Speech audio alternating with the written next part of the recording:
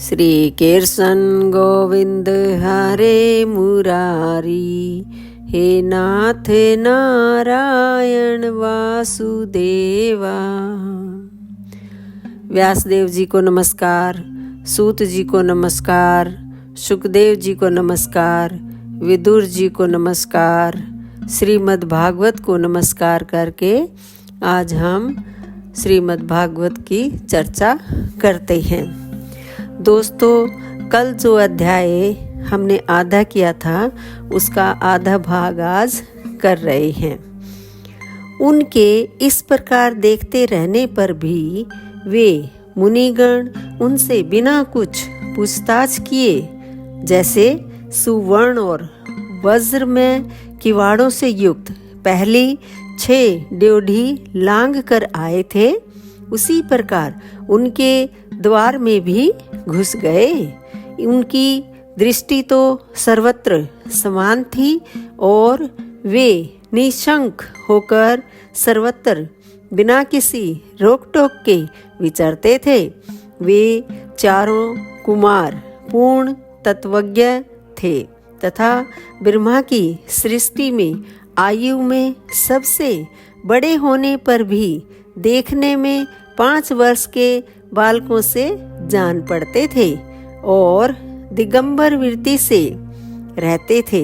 उन्हें इस प्रकार निसंकोच रूप से भीतर जाते देख उन द्वारपालों ने भगवान के शील स्वभाव के विपरीत सनकादिक के तेज की हंसी उड़ाते हुए उन्हें बेतड़ा कर रोक दिया। यद्यपि वे ऐसे दुर्व्यवहार के योग्य नहीं थे। जब उन द्वारपालों ने वैकुंठवासी देवताओं के सामने पूजा के सर्वश्रेष्ठ पात्र उन कुमारों को इस प्रकार रोका, तब अपने प्रियतम प्रभु के दर्शनों में विघ्न पड़ने के कारण उनके नेत्र सहसा कुछ क्रोध से लाल हो उठे और वे इस प्रकार कहने लगे। मुनियों ने कहा, अरे द्वारपालो, जो लोग भगवान की महती सेवा के प्रभाव से इस लोक को प्राप्त होकर यहाँ निवास करते हैं, वे तो भगवान के समान ही समदर्शी होते हैं। तुम दोनों भी उन्हीं में से हो, किंतु तुम्हारे स्वभाव में यह विषमता क्यों है? भगवान तो परम शांत स्वभाव हैं, उनका किसी से विरोध भी नहीं है। फिर यहाँ ऐसा कौन है जिस पर शंका की जा सके? तुम स्वयं कपटी हो, इसी से अपने ही समान दूसरों पर शंका करते हो। भगवान के उदर में यह सारा ब्रह्मांड स्थित है, इसलिए यहाँ रहने वाले ज्ञानी जन सर्वात्मा श्री हरि से अपना कोई भेद नहीं देखते, बल्कि महाकाश में घटाकाश की भांति उनमें अपना अंतर्भाव देखते हैं। तुम तो देव रूपधारी हो, फिर भी तुम्हें ऐसा क्या दिखाई देता है जिससे तुमने भगवान के साथ कुछ भेदभाव के कारण होने वाले भय की कल्पना कर ली? तुम हो तो इन भगवान वैकुंठनाथ के पार्षद, किंतु तुम्हारी बुद्धि बहुत मंद है। अतएव तुम्हारा कल्याण करने के लिए हम तुम्हारे अपराध के योग्य दंड का विचार करते हैं। तुम अपनी मंद भेद बुद्धि के दोष से इस वैकुंठ लोक से निकलकर उन पाप में योनियों में जाओ, जहाँ काम, क्रोध, लोभ प्राणियों के ये 3 शत्रु निवास करते हैं। सनकादिक के ये कठोर वचन सुनकर और ब्राह्मणों के शाप को किसी भी प्रकार के शस्त्र समूह से निवारण होने योग्य न जानकर श्री हरि के वे दोनों पार्षद अत्यंत दीन भाव से उनके चरण पकड़कर पृथ्वी पर लौट गए। वे जानते थे कि उनके स्वामी श्री हरि भी ब्राह्मणों से बहुत डरते हैं। फिर उन्होंने अत्यंत आतुर होकर कहा, भगवान, हम अवश्य अपराधी हैं, अतः आपने हमें जो दंड दिया है वह उचित ही है और वह हमें मिलना ही चाहिए। हमने भगवान का अभिप्राय न समझकर उनकी आज्ञा का उल्लंघन किया है। इससे हमें जो पाप लगा है वह आपके दिए हुए दंड से सर्वथा धुल जाएगा। किंतु हमारी इस दुर्दशा का विचार करके यदि करुणावश आपको थोड़ा सा भी अनुताप हो तो ऐसी कृपा कीजिए कि जिससे उन अधमाधम योनियों में जाने पर भी हमें भगवत स्मृति को नष्ट करने वाला मोह न प्राप्त हो। इधर जब साधुजनों के हृदय धन भगवान कमलनाभ को मालूम हुआ कि मेरे द्वारपालों ने सनकादि साधुओं का अनादर किया है, तब वे लक्ष्मी जी के सहित अपने उन्हीं श्री चरणों से चलकर ही वहां पहुँचे, जिन्हें परमहंस मुनिजन भी ढूंढते रहते हैं, सहज में पाते नहीं। सनकादि ने देखा कि उनकी समाधि के विषय श्री वैकुंठनाथ स्वयं उनके नेत्रगोचर होकर पधारे हैं। उनके साथ साथ पार्षदगण छत्र चामरादि लिए चल रहे हैं तथा प्रभु के दोनों ओर राजहंस के पंखों के समान दो श्वेत चमर डुलाए जा रहे हैं। उनकी शीतल वायु से उनके श्वेत छत्र में लगी हुई मोतियों की झालर हिलती हुई ऐसी शोभा दे रही है मानो चंद्रमा की किरणों से अमृत की बूंदें झर रही हों। प्रभु समस्त सद्गुणों के आश्रय हैं। उनकी सौम्य मुख मुद्रा को देखकर जान पड़ता था मानो वे सभी पर अनवर्त कृपा सुधा की वर्षा कर रहे हैं।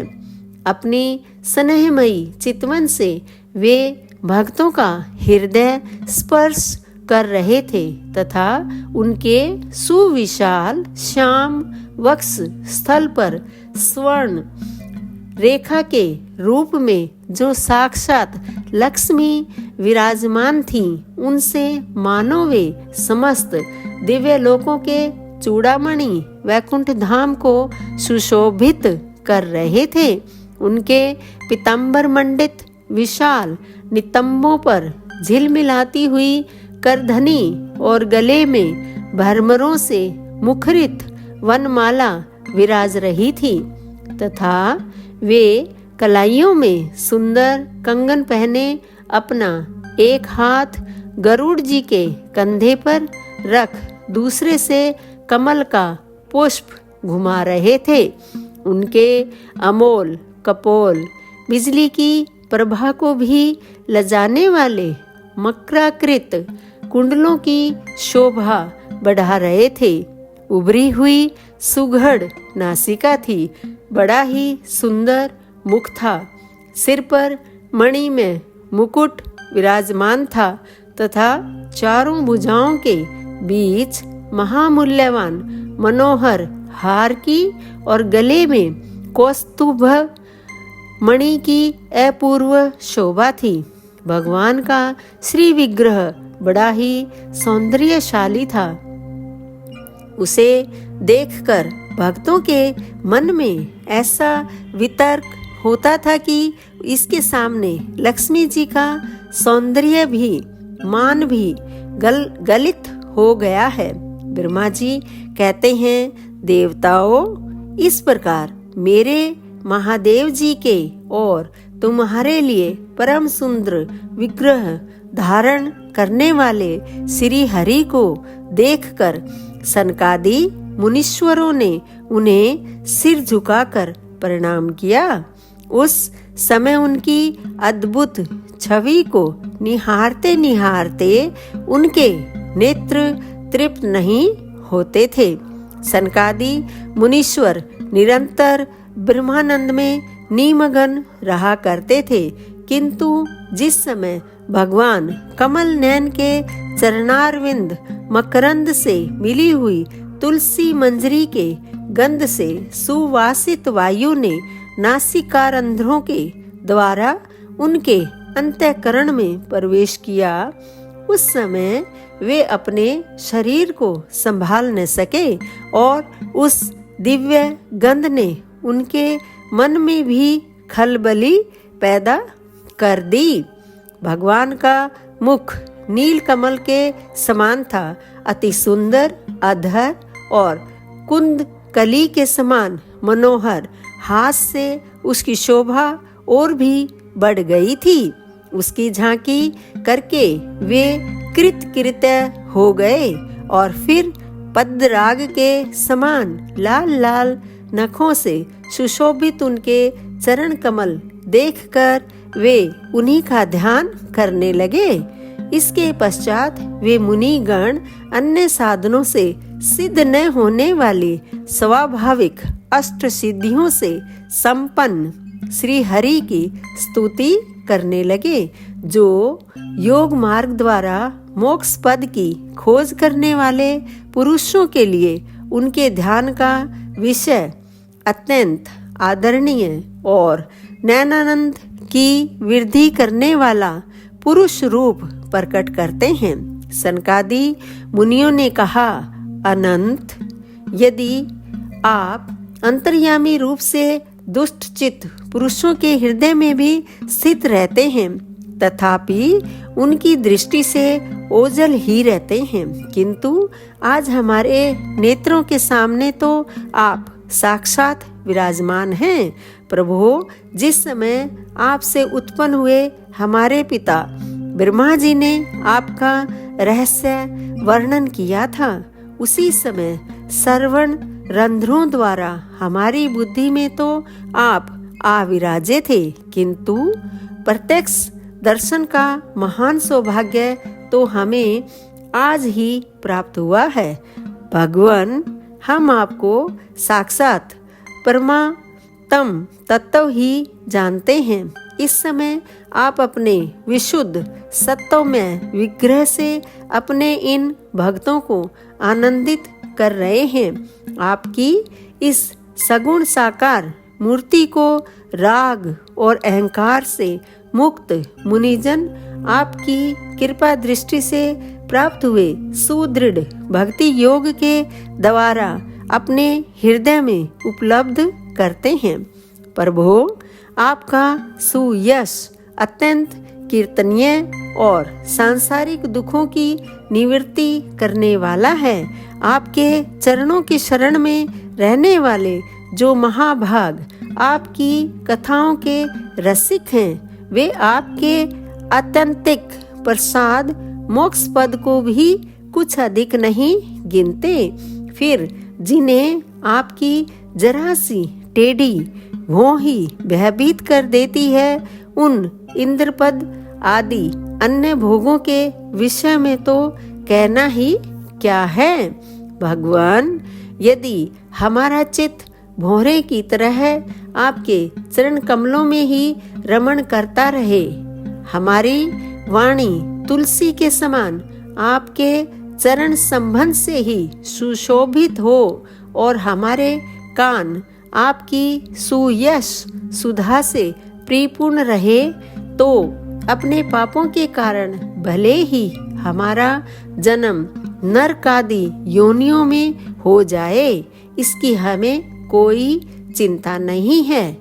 विपुल कीर्ति प्रभु, आपने हमारे सामने जो यह मनोहर रूप प्रकट किया है, उससे हमारे नेत्रों को बड़ा ही सुख मिला है।